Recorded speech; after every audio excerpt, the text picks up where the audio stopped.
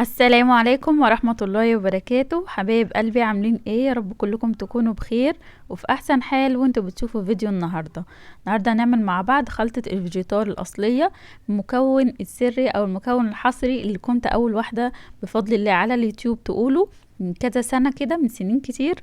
كنت قلت لكم خلطة الفيجيتار، وقلت لكم المكون الاصلي بتاعها اللي هو مش بيكون ولا دقيق ابيض ولا بقسماط.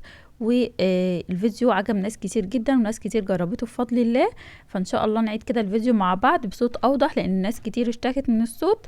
فيلا بينا، حطوا لايك للفيديو واشتركوا في القناة وسيبوا لي كومنت حلو منكم، ويلا نشوف الطريقة مع بعض. اول حاجة، المكون الاساسي معايا في التوابل بتاعة الفيجيتار هو الزنجبيل، فحطيت معلقة صغيرة مليانة من الزنجبيل البودر، ومعلقة صغيرة مليانة من البصل البودر والثوم البودر، وكمان بهارات الفراخ. تمام، من كل التوابل اللي هحطها دلوقتي معلقه صغيره مليانه. دي كمان معلقه صغيره من الكاري، وكمان معلقه صغيره من الكركم، ومعلقه من البابريكا بالشكل اللي انتوا شايفينه ده. طبعا مش هننسى الملح، وممكن كده رشه صغيره من الفلفل الاسود، بس انا ما حطيتش فلفل اسود خالص. حطيت معلقه صغيره برضو من الملح، وحطيت باكت من المرقه الفوريه، تقدري تستغني عنه وتزودي الملح شويه. تمام، بعد كده حطيت معلقه صغيره من البيكنج باودر، ودي مهمه جدا جدا في خلطه. هحط كمان معلقه كبيره من النشا او معلقتين صغيرين زي ما انا حطيت كده، ودي برضو بتدي هشاشه كده حلوه في خلطه الفيجيتار او لاي كفر هتعملي بيه الفيجيتار. تمام، هقول لكم كمان واحنا شغالين استخداماته ايه، لان في ناس من دول تانية ما تعرفش اصلا الفيجيتار ولا تعرف استخدامه ايه. المكون بقى الاساسي معانا وهو دقيق الذره، وده كنت قلت لكم عليه من زمان جدا، وعايزه الناس كده اللي جربت الطريقه بتاعتي تظهر كده في التعليقات وتقولوا لي عجبتكم ولا لا ورايكم فيها بصراحه. ده كده ربع كيلو من دقيق الذره، يكون دقيق ناعم. تمام، تقولوا له عايزه ربع كيلو دقيق ذره ناعم من السوبر ماركت قسم العطاره او من اي عطار، متوفر جدا جدا وسعره رخيص، سعره زي الدقيق الابيض عادي جدا. تمام، ده المكون الاصلي، وده اللي الشركات او يعني الشركات او العبوات المغلفه بتكون معموله من دقيق الذره ده. تمام، تقول له عايزه دقيق ذره اصفر يكون ناعم. تمام، الكميه اللي انا حطيتها دي انا كنت عاملاها قبل كده، فزودت الاتنين على بعض وقلبتهم مع بعض عشان احطهم مع بعض في حاجه واحده.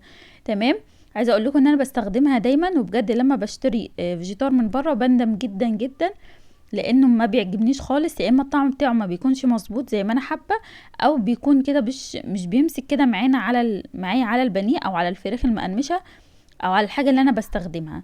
تمام، لكن اللي بتعمليه في البيت بتتحكمي فيه في نسبه التوابل كمان، بيكون متماسك اكتر حاجه على الحاجه اللي انت بتعمليها.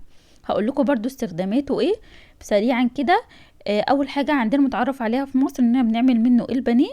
تمام، تقدري بقى تستخدميه في اي نوع فراخ مقرمشه، يعني زي الكنتاكي او اي، ممكن كمان تستخدميه في الكفر بتاع الستريبس، بدل ما تعمليه بالدقيق تعمليه بالفيجيتار ده. ممكن كمان في الكفته البانيه او البرجر البانيه، ممكن كمان تزودي بيه عجينه الكفته لما تيجي تعملي كفته فراخ او ناجتس او بانيه اللي هو البانيه بتاع الشركات. تمام، اللي بيكون يعني بنفرم فيه الفراخ، تقدري برضو تستخدمي فيه الفيجيتار.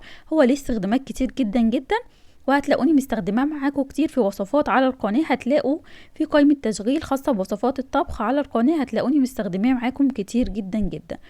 فبعمله كده بكمية وبحفظه عندي كده في علبة. تقدري تحفظي العلبة دي في التلاجة او في المطبخ عادي، بس الافضل طبعا يكون في التلاجة، خصوصا لو عندك المطبخ بيكون حر شوية.